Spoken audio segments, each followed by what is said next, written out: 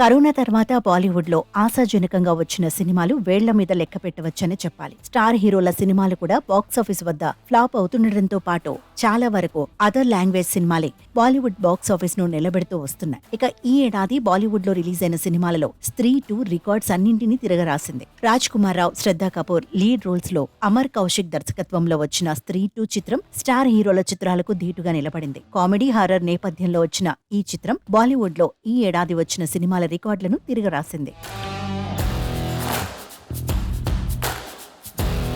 Release అయి మొదటి రోజు దాదాపు 54 కోట్లకు పైగా కలెక్షన్స్ ను సాధించిన ఈ చిత్రం ప్రస్తుతం 750 కోట్లకు పైగా కలెక్షన్స్ ను సాధించింది. కేవలం ఇండియా నుంచే 502 కోట్ల కలెక్షన్స్ రావడం, రానున్న 2 వారాల్లో పెద్ద సినిమాలు లేకపోవడం స్త్రీ 2కు ప్లస్ పాయింట్ గా నిలవనుంది. అత్యంత వేగంగా 500 కోట్ల క్లబ్ లో చేరిన సినిమాగా నిలిచింది. పైగా ఒక్క స్టార్ హీరో కూడా లేకుండా కేవలం కంటెంట్ తోనే ఈ రేంజ్ కలెక్షన్స్ సాధించడం మామూలు విషయం కాదు.